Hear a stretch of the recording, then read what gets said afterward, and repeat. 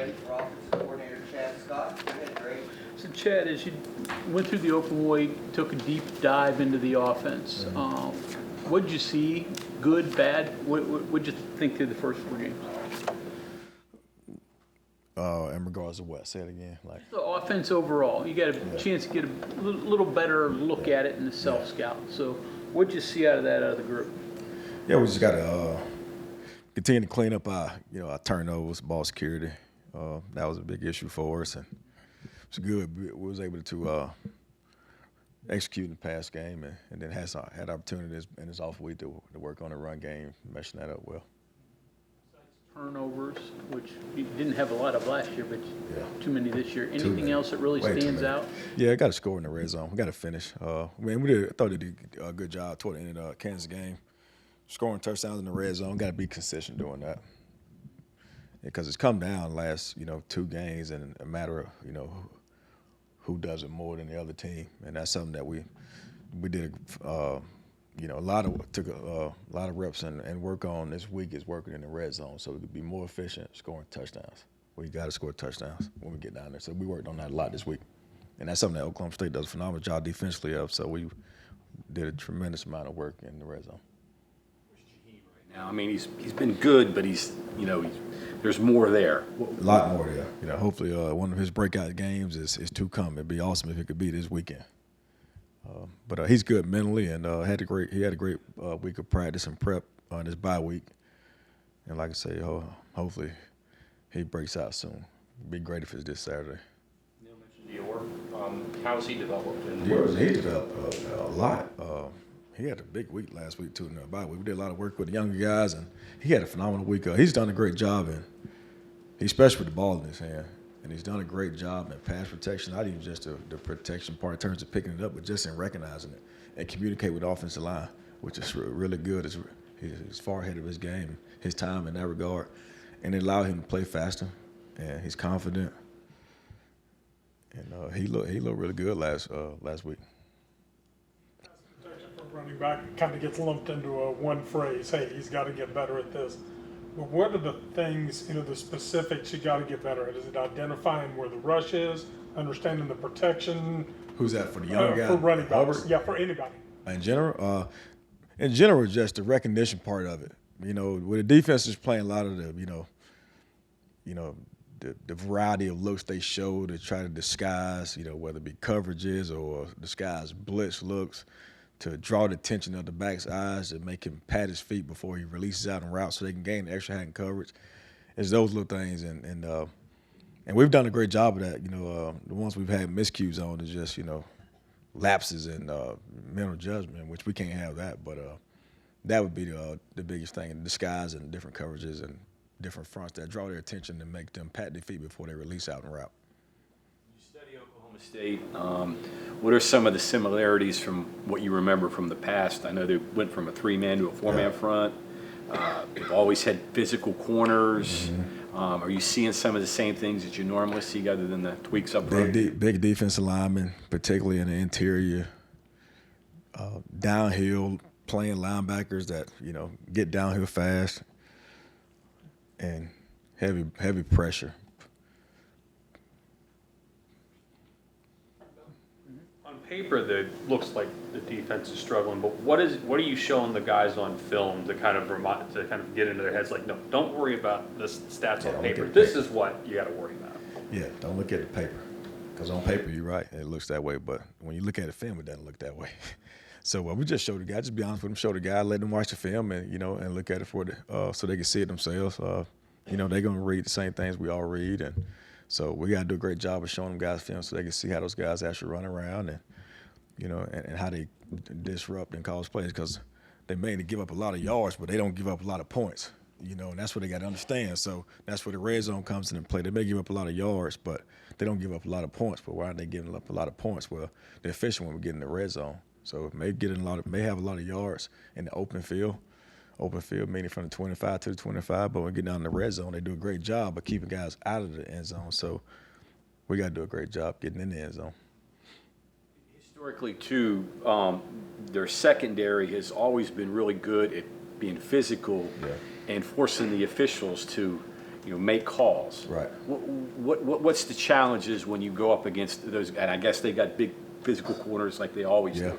Well, fortunately for us, the last 2 weeks we faced some corners that's been big and physical, particularly last week. And I thought our guys responded, our receivers responded and answered the bell, answered the challenge, and did a great job in one-on-one situations and also press situations. We won more than we lost last week. So, and that's the best preparation you get. We can give them looks and practice all we want, and our guys do a great job, trying to simulate what they're going to, face on Saturdays. But the best challenge is what we faced the last 2 weeks, and I thought our guys, particularly last week in the Kansas game, responded and won more one-on-ones, and that gave those guys confidence. They continue to gain confidence throughout that game, and so we'll be ready. Differently on defense when they get into the red zone? Yeah, they pressure more. Okay. They pressure more, and they zero. They go zero more, which they're gonna try to force the. They're gonna try to force the ball out of the quarterback's hand, and so we got to do a great job. First of all, I got to be on the same page, running back wise and offensive line wise, communication in terms of pass protection. GG has to be able to see the pressure and make his calls, and then we got to be able to win the one-on-ones. But they're gonna pressure us and try to hit home before we can get the ball out of the quarterback's hand. Of the offensive line play so far? It could be better, but we could be better across the board, everybody, us coaches included. But we've done a good job thought we've done a good job in the pass game. We got to continue to improve in the run game. And that was good, like I said, this week, continue to just gel and, get healthy. We got to continue to get healthy. We got some nicks and bruises up front that's kind of held us back too. So this week was good for us to get back healthy as well. But overall, we can all improve, get better. We will. We were talking about the 2-minute offense earlier, and there's a talk of, you guys, consider yourselves one of, if not the best 2-minute offense in the country. Yeah. What is it that is really making that strong for you right now? We about need to play the whole game in a 2-minute mentality because for whatever it is, when we go in that mentality, which we went into that mentality last weekend at the game, at 5 minutes and 39 seconds, and it's something about that mentality. Them guys go in, they feel like, we're going to go down and score. Not more is that we can't be stopped, more that they're going to go down and score. And they feel that way, and they just want to get the ball back. So we got to do a better job as coaches, find a way to create that mentality throughout the game and not just, when we're down and we got to come back and win the game. Yeah, I was actually going to ask, how do you maybe do that? Because Coach Brown talked about you can't go into the 2-minute mentality the whole game. There's other negatives that no one's thinking of. So how do you kind of create that as best you can to kind of compromise that? Well, you can tempo, obviously, and do it, but, it's risk to it, advantageous things to it. It's hard to say, but in terms of how to do it, it really is just the players got to, develop that kind of mentality on their own. They have it, they feel it, they know it. So it's tough. Obviously, can't go in the game just tempo, because if it doesn't go great, and obviously you put in the defense in bad situation, continuing to putting them back on the football field. So you got to be able to run the ball, to control the clock, and kind of tempo when you want to, when you need to. So tough to say. Concerned about the number of hits Garrett's getting. I carried it 17 times, but maybe the biggest shots were in the pocket. Yeah. When he was taking blows. I mean, he's only, 195-pound guy. Yeah, So. Yeah, we got to keep him clean. We got to keep him clean, and he got to do a great job when he got to learn how to slide. He was a former baseball player. I thought he'd be a better slider than what he's shown on film. Like, I don't know, but he's got to do a better job taking care of himself when he takes off too. We do not want him to. We want to continue to be himself. Do what he does and take off and run, but he got to protect himself. And then we got to do a better job protecting him to keep him clean in the pocket. And he's doing a great job of testament to him to showing the toughness to sit in there and make the throw and not look at the rush. And so we got to do a better job across the board of keeping him clean. How tough is that to get that mentality out of a kid? Because I've seen quarterbacks in the past that I don't slide, and then they come out with a separated shoulder. Yeah, well, we don't want that. How do you get it out of their head? It's like, no, you have to. Just do this for yourself. Well, he's such a competitive kid. I mean, it's tough. You talk to him all the time, but the truth of the matter, when they get in the game and heat of the moment, adrenaline gets flowing, I'm assuming he doesn't think about it, but I continually remind him all the time to think about it. And I talk to him all the time about the baseball slide. He was a baseball player, but he ain't listening. But I just got to continually talk to him about it, because obviously we need him to finish, not just start the game. We got to finish the game for us, but he got to be smart and play the next play. And that's what I constantly talk to him about. Just play the next play. It's funny, the week before I talked to you guys were asking about him, and I kept saying the entire week, be you, be you, be you. Well, last week it was him. And so now this week I'm talking to him about having next play mentality. I mean, slide, get on the ground, play the next play. So It's tempting as a game planner to just spread the field out and then just let Garrett run or pass. yeah. It's tempting to do that. It makes it simple. It kind of eliminates a lot of stuff, right? It does. It does eliminate a lot of stuff. It doesn't make it doesn't. You're not as cautious when you call it, because he can make all the throws, and our receivers are doing a great job getting open. We protect. We're doing a great job protecting for the most part as well too. So, but it is a sense of comfort, because that's the one play the defense coordinator can't call. Right. The one that he takes when he pulls the ball down and takes off and run.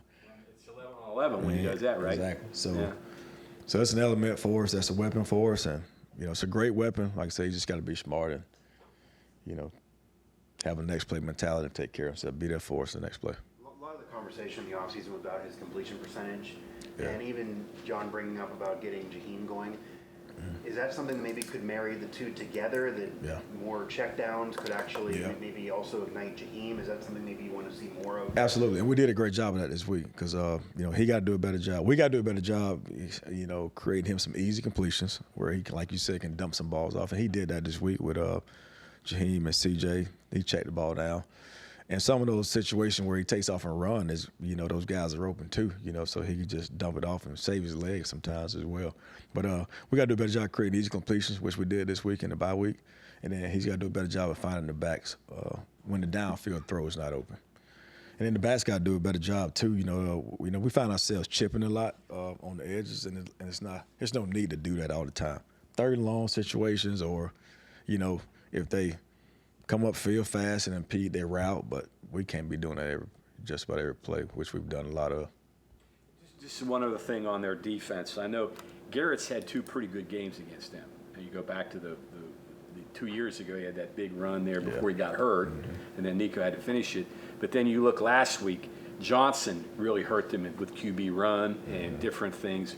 What has allowed that to happen with their defense that's you've been able to see there? Well, they're so aggressive. It's like I look at it like feast or famine. They're so aggressive. They they hit home. It's a bad thing, but they're so aggressive. Sometimes their aggression just kind of hurts them as well.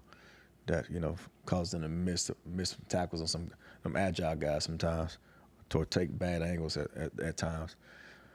And people, like the kid last week, did a great job capitalizing on it, and I hope we can do the same. Tempo. When you were playing college, starting at Kentucky, air raid was just, great pace. Right. But it's not as much anymore across the board. That hadn't been the future some people thought. Why so? Why wasn't that sustainable? Well, you got to take care of the defense. It's great offensively, but it's not so great for the defense. Now, if you're doing it and you're efficient more times than you're not, meaning you end the play drives or touchdowns mostly, or field goals, it's a great thing. But when you tempo on a lot and it's not, and the defense doing a great job getting them off the field, and you tempo on and you're not converting the touchdown or the first down, and you're putting them back on the field, it's not good team ball. So you have to pick and choose when the tempo for the success of the whole football team. That's why it's not sustainable. Me and Mike Leach not talk about defense at all? Did they? I can't answer that. I can't. No, they didn't. I can't. They ain't let me in it. They ain't let me in their meetings when I was a player.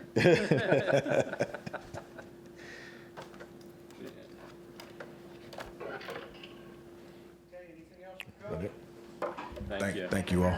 Thank you all.